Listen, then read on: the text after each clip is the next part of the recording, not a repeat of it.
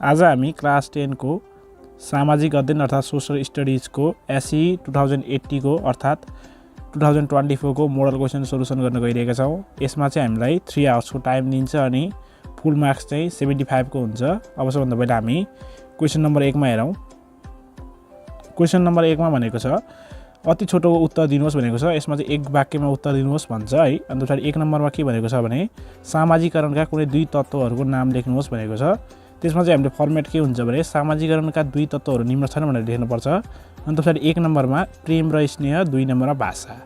अनि 2 नम्बरमा हामीलाई क्वेसन भनेको छ मानव विकास सूचकाङ्कबाट कुनै पनि देश विकासको वास्तविकता थाहा पाउन सकिन्छ कसरी, अनि एक वाक्यमा उत्तर दिनुहोस् भनेको छ। अनि यसलाई चाहिँ हामीले उत्तरमा लेख्दा मानव विकास सूचकाङ्कले कुनै पनि राष्ट्रको शिक्षा, आय, स्वास्थ्य, आयु बारे जानकारी गराउँछ।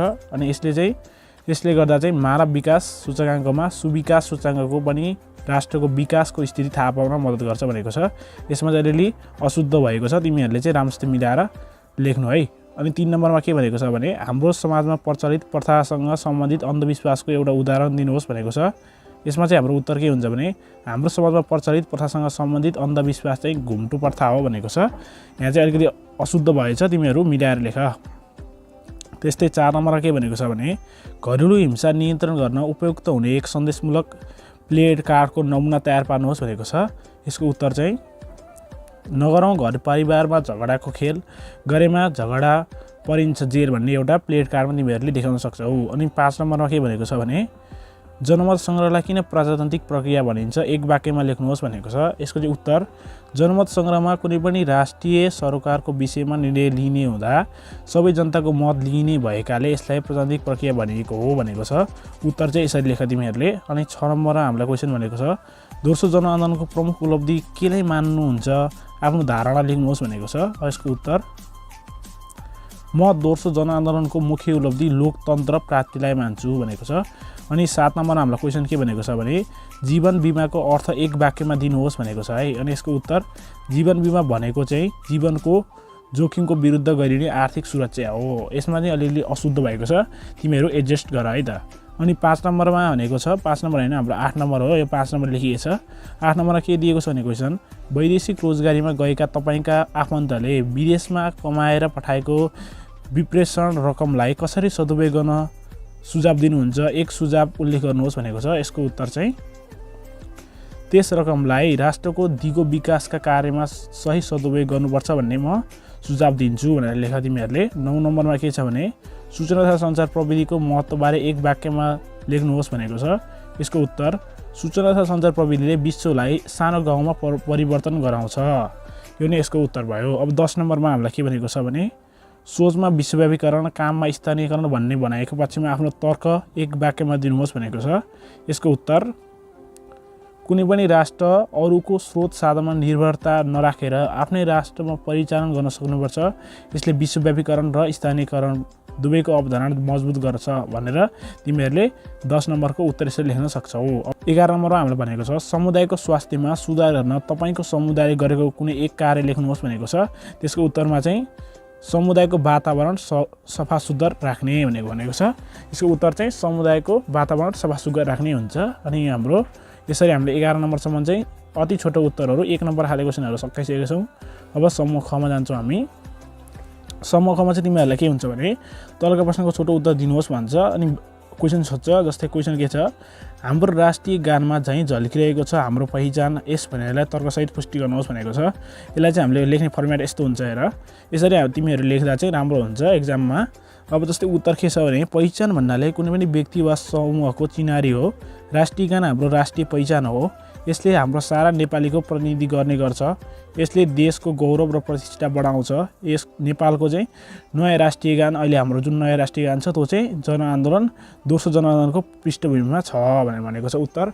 यसरी चाहिँ तिमीहरूसँग पहिला यो क्वेसनको परिचय लेख, त्यो पछाडि विस्तारित रूपमा तिमीहरूले यसलाई वर्णन गर्नुपर्ने हुन्छ। अब त पछाडि हेर सयथुङ्गा फुलका हामी यो श्लोकले नेपाल राष्ट्रपतिको श्रद्धा र वफादारीतालाई अभिव्यक्ति गर्दछ। यसले नेपालको विविधतालाई सुन्दर फुलको बगैँचासँग तुलना गर्दै जनताको एकता र विविधताको प्रतीक छ र मानिसहरूमा विविधता भए पनि सयथुङ्गाका माला चाहिँ हामी एकताबद्ध छौँ। मेचीदेखि महाकालीसँग फैलिएका भए पनि समय सापेक्ष आइपरेको बेला हामी जाइ लाग्न एकताबद्ध हुने गर्छौँ। सुन्दरताको अनुपम नमुनाको रूपमा हाम्रो राम्रो नेपाल छ। स्वर्गको एक टुक्राको रूपमा नेपाल चिनिन्छ। पुरातन कालखण्डमा वीर पुर्खाले गर्दा आएको स्वतन्त्रता अमर छ। यो राष्ट्र हाम्रो अखण्ड छ। यस भूमिमा 33 कोटी देवी देवताको तपस्भूमि भएकाले ज्ञानको भूमि छ। गौतम बुद्धको शान्त छवि परेकाले शान्तिमग्न छ। यहाँ भएको बहुल जाति भाषा धर्म संस्कृतिले पनि हाम्रो एकता एकल बनाउन सकेको छ। यसरी तिमीहरूले सबभन्दा पहिला परिचय लेख्ने, त्यो पछाडि यसको वर्णन गर्नुपर्ने हुन्छ। अनि लास्टमा के लेख, निष्कर्षमा भन। यो सबै निष्कर्षमा लेख्ने हो। यो क्वेसनको पुरै निष्कर्ष चाहिँ के छ भने हेर, लास्टमा दिएको छ। हाम्रो राष्ट्रिय गानले हाम्रो राष्ट्रमा रहेको विविधतायुक्त एकता, यहाँका साझा उद्देश्य, नेपाल विविधतायुक्त साझा फुलबारी रहेकाले हाम्रो राष्ट्रिय पहिचानलाई प्रतिनिधित्व गर्दछ भनेर यसरी लास्टमा निष्कर्ष देख्दा राम्रो हुन्छ। अनि त्यो पछाडि हाम्रो अर्को क्वेसन के छ हेर, 13 नम्बर हामीलाई के भनेको छ भने दिगो विकासको आर्थिक सामाजिक महत्त्व 4 बुँदामा उल्लेख गर्नुहोस् भनेको छ है। अब यसलाई लेख्ने तरिका छुट्टै हुन्छ। तिमीहरूले फेरि यसरी दिगो विकासको आर्थिक सामाजिक महत्त्व निम्न छन् भनेर लेख्दा पनि हुन्छ, तर यसलाई चाहिँ राम्रोसित लेख्दा सबभन्दा पहिला त्यसलाई परिचय लेख्ने लिएर कसरी लेखेको छ, वातावरणलाई कुनै पनि क्षति नपुर्याई भावी पुस्ताका आवश्यकतालाई मध्यनजर गरेर लामो समयसम्मको लागि गरिने विकास दिगो विकास हो। यो चाहिँ यसको दिगो विकासको परिचय भयो। अब हेर, यस्तो विकास दीर्घकालीन र टिकाउपूर्ण हुन्छ। यस्ता विकासका उद्देश्य अल्पकालीन हुन्छ।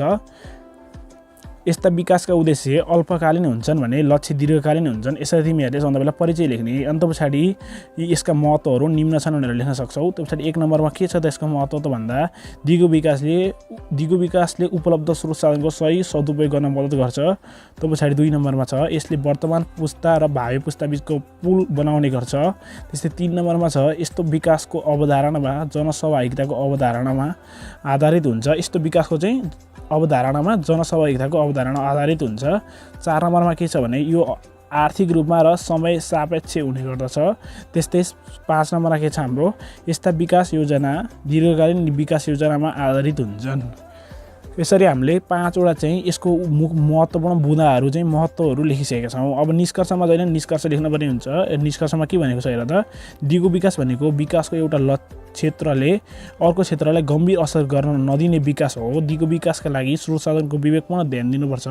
विकासका हरेक कामहरू गर्दा वातावरणीय सन्तुलनलाई ख्याल राख्नुपर्छ।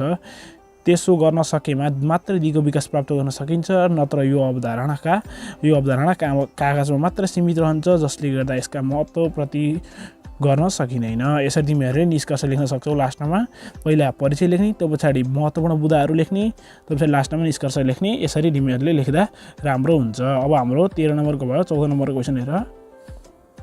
14 नम्बर हामीलाई के भनेको छ भने तपाईले अन्तर्राष्ट्रिय व्यक्तित्वको जीवनीबाट प्राप्त गर्नुभएको प्रेरणालाई आफ्नो जीवनमा कसरी प्रयोग गर्नुहुन्छ लेख्नुहोस् भनेको छ। हामीले चाहिँ हाम्रो सामाजिक बुकमा चाहिँ अन्तर्राष्ट्रिय व्यक्तित्वहरूको जीवनहरू पढेका थियौँ। त्योबाट चाहिँ हामीले के प्रेरणा पाउन सक्छौँ र कसरी प्रयोग गर्छौँ भनेर भनेको छ क्वेसन। अनि उत्तर यसरी लेख, अन्तर्राष्ट्रिय स्तरबाटै ख्याति प्राप्त व्यक्तित्वलाई अन्तर्राष्ट्रिय व्यक्तित्व भन्न सकिन्छ।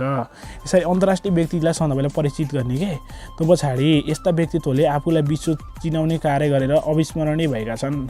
अविस्मरणीय भनेको बिर्सन नसकिने भएका छन्। अन्त पछाडि के लेखेको छ हेर त, अन्तर्राष्ट्रिय व्यक्तित्वको योगदानबाट मैले प्राप्त गरेको प्रेरणा निम्न प्रस्तुत गरिएका छन् भनेर लेखेको छ।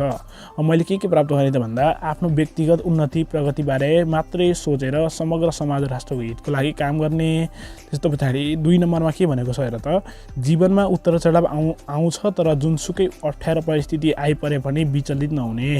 त्यस पछाडि 3 नम्बरमा के छ, आफू र आफ्ना लागि मात्रै अवसर र पद नआटेर सबैलाई अवसर दिने। अनि 4 नम्बरमा के भनेको छ, बदलाको भाव नराख्ने, सधैँ सकारात्मक चिन्तन गर्ने।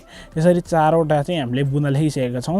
यो 4वटा बुँदा चाहिँ हाम्रो क्वेसनमा हाम्रो नम्बर कतिको छ, कति नम्बरको छ एउटा क्वेसन, त्यसको अनुसार लेख्नुपर्ने हुन्छ। त्यो 4 नम्बर खाले क्वेसन भएको कारण 4वटा बुँदा लेख्ने। 5 नम्बर खाले क्वेसन भयो भने चाहिँ हामीले 5वटा बुँदा लेख्नुपर्छ है। अब निष्कर्षमा के भन्छ भने अन्तर्राष्ट्रिय व्यक्तित्वको जीवनी अध्ययन गर्दा विभिन्न किसिमका प्रेरणा वा फाइदा मिल्ने भएकाले यो अत्यन्तै महत्त्वपूर्ण छ। साधारण जीवन वा कठिन परिस्थितिलाई पनि भोग्दै आफ्नो गन्तव्यमा पुग्ने प्रेरणा प्राप्त हुन्छ। अन्तर्राष्ट्रिय व्यक्तित्वको योगदान हामी सबैले सम्मान गर्नु जरुरी छ। साथसाथै यस्ता व्यक्तित्वको बारे भावी पुस्तालाई हस्तान्तरण गर्नु पनि जरुरी रहेको देखिन्छ। यसरी मैले 14 नम्बरको पनि एन्सर लेखिसकेको छु। तिमीहरूलाई मैले फर्मेट भनिदिइसकेको छु। यसरी लेख्दा एकदम राम्रो हुन्छ, एक्जाममा पनि धेरै नम्बर पाउन सक्ने सम्भावना हुन्छ है। अब 15 नम्बरमा के छ हेर। 15 नम्बरमा के भनेको छ भने विश्वमा विश्व बन्धुत्व र मानवता कसरी अभिव्यक्ति गर्न सकिएला आफ्ना विचारहरू बुँदागत रूपमा उल्लेख गर्नुहोस्। हो यसरी अब बुँदागत रूपमा आफ्नो विचारहरू चाहिँ बुँदागत रूपमा उल्लेख गर्नुहोस् भनेको छ। यसको लागि सबभन्दा पहिले के भनिरहेको छु मैले, सबभन्दा पहिला विश्व बन्धुत्वको परिचय दिने। अब सबभन्दा पहिला के लेखेको छ, विश्व बन्धुत्व भन्नाले विश्वका हरेक व्यक्तित्वहरूलाई भाइचाराको व्यवहार गर्नु हो। समानार्थमा भन्नुपर्दा चाहिँ के हुन्छ भने विश्व नै एउटा गाउँ जस्तो निकट र सुलभ भएको अवस्था हो।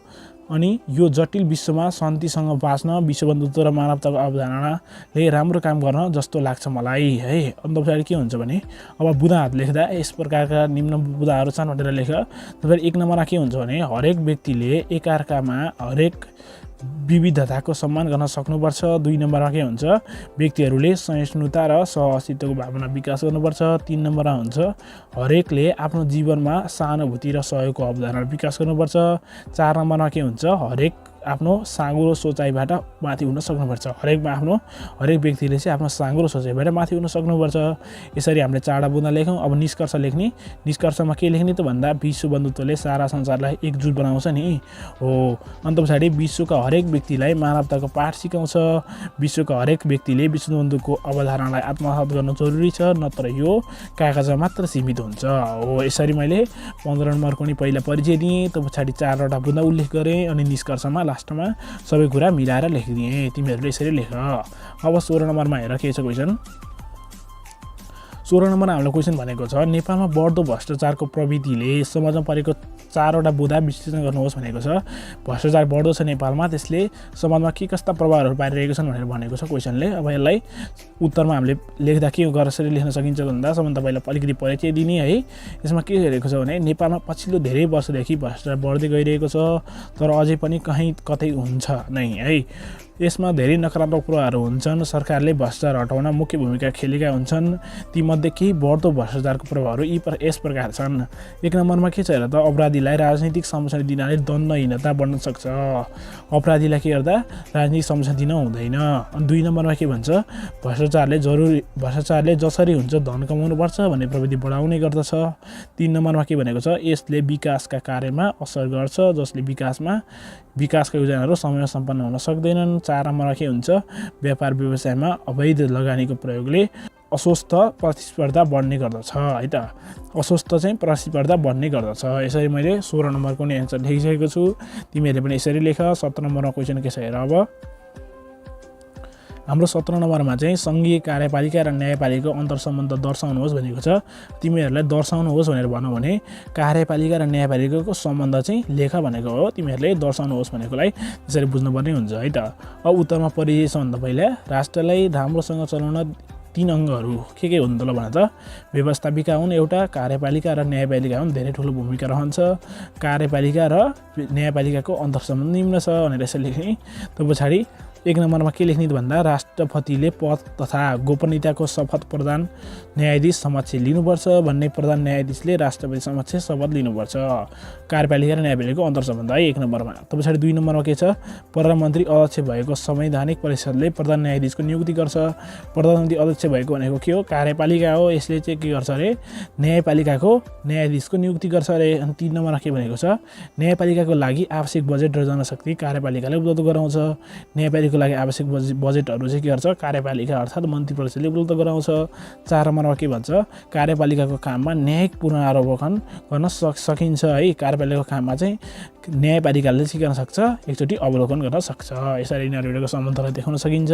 दर्शाउनु भनेको चाहिँ यिनीहरू एउटाको सम्बन्ध देखाउनु है त। 17 नम्बरको नि भयो। अब त्यस्तै 18 नम्बरमा हेर के छ, हाम्रो 18 नम्बरमा हावापानीबाट छ हैन। हावापानीले सामाजिक जीवनमा प्रभाव पार्छ। आफू बसोबास गरेको भौगोलिक क्षेत्रको उदाहरणमा 4 बुँदा स्पष्ट पार्नुहोस् भनेको छ। यसरी लेख्ने है उत्तर। हावापानी 3 प्रकारका हुन्छन्, तिमीहरूलाई सबैलाई थाहा छ होला। एउटा उष्ण, अर्को समशीतोष्ण र अर्को शीत। तिमीहरूले पढेको छ होला। अनि त पछाडि म बसोबास गर्ने क्षेत्रमा समशीतोष्ण हावापानी रहेको छ। म बसोबास गरेको क्षेत्रमा के पाइन्छ? समशीतोष्ण हावापानी रहेको छ। यस्ता हावापानीलाई विभिन्न तत्त्वहरूले असर पार्दछ, जस्तै उचाइ, सामुद्रिक दूरी। हावापानी असर पार्ने तत्त्वहरू के हुन्? उचाइ, सामुद्रिक दूरी अनि अरू पनि रहेका छन्। यो चाहिँ मैले 2टा मात्र लेखेको छु। अन्त यसले यस प्रकारको प्रभाव पारेको छ भनेको छ जुन मेरो बसोबास गर्ने क्षेत्रमा है त जनजीवनलाई भनेको छ। 1 नम्बरमा के छ भने उचाइको कारण तराईमा कम हावाहुरी चल्छ हैन। उचाइको कारण चाहिँ के हुन्छ? तराई के छ? समतल ठाउँमा छ, त्यसको कारण कम हावाहुरी चल्छ भने पहाड र हिमाली क्षेत्रमा धेरै हावाहुरी चल्छ है त। धेरै के हुन्छ? हावाहुरी चल्छ। 2 नम्बरमा के छ? यस्ता क्षेत्रमा हिउँदमा वर्षा हुन्छ भने ग्रीष्ममा सुक्खा हुन्छ। यो के हो? समशीतोष्ण हावापानी पाइने ठाउँमा है त। तिमीहरूको के पाइन्छ त्यही लेख्नुपर्ने हुन्छ। 3 नम्बरमा के छ? गर्मीमा चाहिँ के हुन्छ? पातलो कपडा लगाइन्छ हैन। भन्ने जाडोमा बाक्लो कपडा लगाइन्छ। अहिले के छ? जाडो छ, त्यसकारण के हुन्छ? बाक्लो कपडा लगाइन्छ। 4 नम्बरमा के छ? यो हावापानी पाइने क्षेत्रहरू पर्यटकीय गतिविधिको केन्द्र बन्न पुगेको छ। यसरी मैले 18 नम्बरको पनि 4 वटा बुँदा प्रस्तुत गरेर उत्तर नै पुरा गरिसकेको छु। अब त्यस्तै 19 नम्बरमा हेर के छ? हाम्रो 19 नम्बरमा चाहिँ सम्पादकीयलाई एउटा चिठी नमुना लेख भन्नुभएको थियो। त्यसकारण हामीले 19 नम्बरको चाहिँ कुनै अरू भिडियोमा बनाएर हामी तिमीहरूलाई प्रस्तुत गर्नेछौँ। अलि लामो हुन्छ भिडियो, त्यसकारण अब एकचोटि 20 नम्बरमा हेर के छ? नेपालको पहाडी तथा मध्य पहाडी क्षेत्रमा सडक यातायात तथा भौतिक पूर्वाधारको विकास भए तापनि बसाइ सरेको प्रविधि नरोकिएका कारणहरू 4 बुँदामा उल्लेख गर्नुहोस् भनेको छ। यो चाहिँ हाम्रो कहाँबाट आयो? जनसङ्ख्याबाट आयो है क्वेसन। अब जनसङ्ख्याको बारेमा बुझ्नुपर्ने हुन्छ तिमीहरूले। अब उत्तरमा के छ भने नेपालको पहाडी क्षेत्रमा तथा मध्य पहाडी क्षेत्रमा सडक यातायात तथा भौतिक पूर्वाधारको विकास भए तापनि बसाइ सरेको प्रविधि नरोकिएको कारणहरू तल मान्न सकिन्छ भनेर लेख। त्यसरी 1 नम्बरमा के लेख त भन्दा त्यस क्षेत्रमा रहेको भौगोलिक जटिलताको कारणले। त्यस्तै 2 नम्बरमा अन्य विकासका निर्माण कार्यहरूमा असमानता वितरण भएको कारणले। 3 नम्बरमा के हुन्छ? सुविधा सम्पन्न ठाउँको मोह मानिसहरूमा बढ्नुको कारणले। 4 नम्बरमा के हुन्छ? रोजगारीको अभाव रोजगारी भए तापनि आर्थिक वृद्धिमा कमी भएको कारणले। त्यस्तै 5 नम्बरमा उच्च शिक्षा आर्जन गर्न नसकेकाले। यो चाहिँ के भयो? हाम्रो पहाडी तथा मध्य पहाडी क्षेत्रमा चाहिँ सडक यातायात तथा भौतिक पूर्वाधारको विकास भए पनि बसाइ सरेको प्रविधि यस्ता कारणहरूले गर्दा बढिरहेको छ भन्ने उत्तरमा आएको हो। अब 20 नम्बरको नि भयो। अब तिमीहरूलाई लङ क्वेसन आउँछ है। लङ क्वेसनमा यसो हेरौँ के छ। अब समूह ग भनेको चाहिँ के हो भने लङ क्वेसन हो। तलको प्रश्नको लामो उत्तर दिनुहोस् भन्छ। अब लङ क्वेसनमा के छ भने हामीलाई 21 नम्बरमा चाहिँ के भनेको छ भने लामो उत्तर दिनुहोस् भनेको छ। यो चाहिँ समूहको अन्तर्गत पर्छ। 21 नम्बरमा हामीलाई के दिएको छ हेर त क्वेसन। संसदीय शासन प्रणालीमा शक्ति पृथकीकरण र शक्ति सन्तुलनको आवश्यकता पहिचान गर्नुहोस् भनेको छ है त। अब यसलाई कसरी चाहिँ शक्ति पृथकीकरण र शक्ति सन्तुलनको आवश्यकता पहिचान गर्न सकिन्छ त भन्दा तल उत्तरमा हामीले दिएका छौँ। सबभन्दा पहिला के गर्ने? परिचय लेख्ने। अब परिचयमा के गरेको छ भने हाम्रो राज्यको 3 अङ्गहरू व्यवस्थापिका हो एउटा, त्यस्तै अर्को कार्यपालिका हो, त्यस्तै अर्को के हो? न्यायपालिका हो। एक आपसमा चाहिँ यिनीहरूको चाहिँ के हुन्छ? हस्तक्षेप चाहिँ के हो? बिना स्वतन्त्र रूपमा काम गर्न सक्छन् भन्ने त्यसलाई के भनिन्छ? शक्ति पृथकीकरण भनिन्छ। अब यसलाई के कसरी आवश्यकता र महत्त्व कसरी देखाउन सकिन्छ भन्दा यहाँ बुँदा दिएको छ है त। 1 नम्बरमा हेर, राज्यको एउटै अङ्गलाई सबै अधिकार प्रदान गरियो भने निरङ्कुशता उत्पन्न हुन सक्छ भनेको के हो त भन्दा राज्यको सबै अङ्गलाई एउटै अधिकार प्रदान गरियो भन्दा व्यवस्थापिका, कार्यपालिका र न्यायपालिकालाई एउटै अधिकार दियो भन्दा के हुन्छ? निरङ्कुशता चाहिँ पैदा हुन सक्छ। जस्तै राणा शासन भएको थियो त्यस्तै हुनसक्छ। त्यही हो सबभन्दा पहिलेको के हो? महत्त्व हो। त्यस्तै 2 नम्बर हेर त के भनेको छ? राज्यको अङ्गहरू एकअर्काबाट पूर्ण रूपमा स्वतन्त्र भए भने उनीहरू स्वेच्छाचारी बन्न सक्छन्। अनि 3 नम्बरमा के दिएको छ हेर त? यसले देशमा शक्ति सन्तुलन गर्न मद्दत गर्छ हो कि होइन? शक्ति सन्तुलन गर्न मद्दत गर्छ। अनि 4 नम्बरमा के दिएको छ भन्दा राज्यको 3 अङ्गहरू व्यवस्थापिका, मुख्य अङ्गहरू है, व्यवस्थापिका, कार्यपालिका र न्यायपालिकाको एक आपसमा हस्तक्षेप गर्न पाउँदैनन्। यिनीहरूले के गर्न पाउँदैनन्? शक्ति पृथकीकरण भयो भने एकअर्कामा हस्तक्षेप गर्न पाउँदैनन्।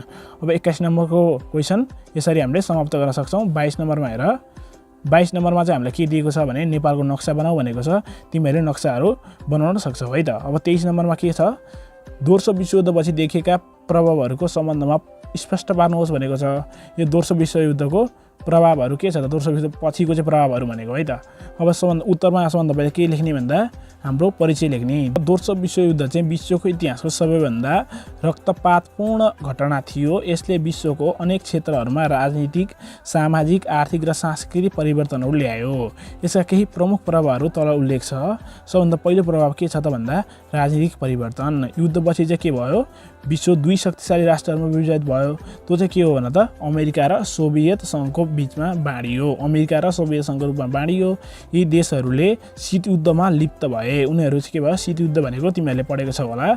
यसले चाहिँ विश्वमा अरू देशहरूमा समेत प्रभाव पार्यो। यो यसरी बाँडिँदा चाहिँ के भयो, अरू देशहरूमा पनि समेत प्रभाव पर्यो। युरोपमा नेपाली सङ्घ, नेटो र युरोपियन युनियन जस्ता सङ्घर्षणीय सङ्गठनहरू बने है त। नेटो र युरोपियन युनियन जस्ता सङ्घर्षणीय सङ्गठनहरू बन्न पुगे। यो चाहिँ के भयो, राजनीतिक परिवर्तन भयो। अब सामाजिक चाहिँ के भयो त, सामाजिक परिवर्तन हेर है त। युद्धपछि धेरै देशहरूमा जनसङ्ख्या, शिक्षा, स्वास्थ्य, रोजगारी र युनिकता जस्ता सामाजिक कुराहरूमा परिवर्तन भयो।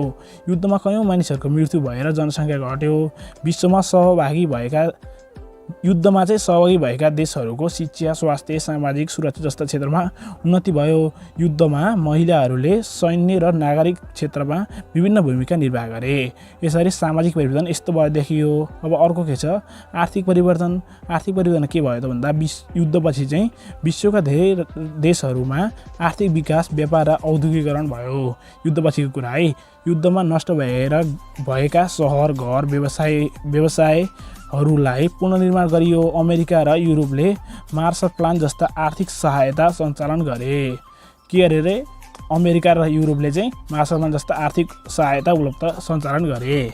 अन्त पछाडि हाम्रो 23 नम्बरको भयो। अब उता हेरौँ, 23 नम्बरको अझै रहेछ। अब त पछाडि के भयो त भन्दा युद्धपछि विश्व व्यापार सङ्गठन एउटा सङ्गठन स्थापना भयो। विश्व बैङ्क र अन्तर्राष्ट्रिय मुद्रा कोष जस्ता आर्थिक सङ्गठनहरू बने। युद्धमा प्रयोग गरिएका नयाँ प्रविधिहरूले औद्योगिकीकरण, यातायात र सञ्चारको क्षेत्रमा क्रान्ति ल्याए। अन्त पछाडि अर्को हामीले 3टा लेखिसक्यौँ। अब 4 नम्बरमा सांस्कृतिक परिवर्तन चाहिँ के भयो त भन्दा युद्धपछि विश्वका अनेक देशहरूमा सांस्कृतिक र रचनात्मक क्षेत्रमा विकास भयो।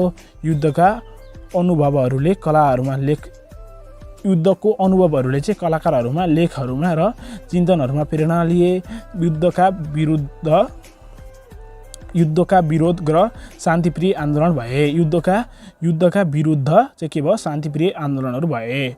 अब 24 नम्बर हेरेर के क्वेसन छ, नेपालमा पर्यटनको सम्भावना र यसको महत्त्व शीर्षकमा दुई साथीबीच संवाद तयार पार्नुहोस् भनेको छ। संवाद भनेको चाहिँ के हो, दुईवटा बीच आपसी कुराकानी हुनु हो है त। अब संवादमा सबभन्दा पहिला हामीले लेख्न सक्छौँ रामले चाहिँ दुईवटा पात्र छ हेर यहाँ, राम र हरि। अब रामले चाहिँ भन्छ नमस्ते, तिमी कहाँ गएको थियौ भनेर भनेको छ। हरिले भन्छ नमस्ते, म नेपाल घुम्न गएको थिएँ भन्यो। त्यो पछाडि रामले भन्छ फेरि नेपाल तिमी नेपाल नै किन गएको भनेर भन्यो। त्यो पछाडि हरिले भन्छ नेपाल एक अति रमणीय र विविधतायुक्त देश हो। यहाँको प्राकृतिक सौन्दर्य, संस्कृति, धरोहर र जीवनशैलीको हेर्ने मेरो इच्छा थियो है त। अन्त पछाडि रामले भन्छ तिमीले त्यहाँ कस्ता ठाउँ घुम्यौ, के मन पर्यो भनेर सोध्छ। त्यो पछाडि हरिले भन्छ मैले काठमाडौँ, पोखरा, चितवन, लुम्बिनी र सगरमाथा हिमालसम्म घुमेँ भनेर भनेको छ। त्यो पछाडि के हुन्छ उनीहरूको कुराकानी हेर है त। अन्त पछाडि रामले के भन्छ त भन्दा तिमीहरूलाई त्यहाँको खानाको मन कस्तो लाग्यो भनेको छ। रामले के भन्यो त्यो पछाडि तिमीहरूलाई त्यहाँको खानपान कस्तो लाग्यो भनेको छ। त्यस्तै हरिले भन्छ त्यहाँको खानपान पनि राम्रो थियो। मैले दाल भात, मोमो, चिउरा, सेलरोटी र अरू नेपाली खानाहरू खाएँ। त्यहाँ दही, दुध, चिया पनि मजाले पिएँ। त्यो पछाडि रामले भन्छ तिमीले त्यहाँको पर्यटन उद्योगको बारेमा के सोच्यौ, त्यहाँको पर्यटनलाई के गर्नु पर्ला भनेर भनेको छ। त्यहाँले अशुद्ध भएछ, त्यहाँको पर्यटनलाई के गर्नु पर्ला भनेको छ है। त्यो पछाडि हरिले भन्छ मलाई लाग्छ नेपालमा पर्यटन उद्योगको बढी सम्भावना छ। त्यहाँका विश्वविख्यात हिमाल, सगरमाथा, जङ्गल र धार्मिक स्थल विश्वका अनेक पर्यटनलाई आकर्षण गर्छ। त्यहाँको पर्यटनलाई अझै विकास गर्नुपर्छ। त्यसको लागि सरकारले चाहिँ के गर्नुपर्छ, पर्यटन व्यवसायहरूलाई प्रोत्साहन गर्नुपर्छ तथा सुविधाहरू उपलब्ध गराउनुपर्छ। अनि रामले भन्छ तिम्रो कुरा सुनेर मलाई पनि नेपाल घुम्न जान मन लाग्यो भनेको छ। त्यो पछाडि हरिले भन्छ हो तिमी पनि जाऊ। अनि रामले भन्छ ल हुन्छ। यसरी चाहिँ हामीले कति नम्बरको उत्तर लेख्यौँ हामीले 24 नम्बरको उत्तर लेखेर हाम्रो मोडल क्वेसन चाहिँ 24 नम्बरसम्मको आउँथ्यो त्यो चाहिँ हामीले समाप्त गरिसकेका छौँ। यसरी चाहिँ आजको हाम्रो भिडियो यही इन्ड हुन्छ। तिमीहरूलाई चाहिँ एक्जामको लागि बेस्ट अफ लक।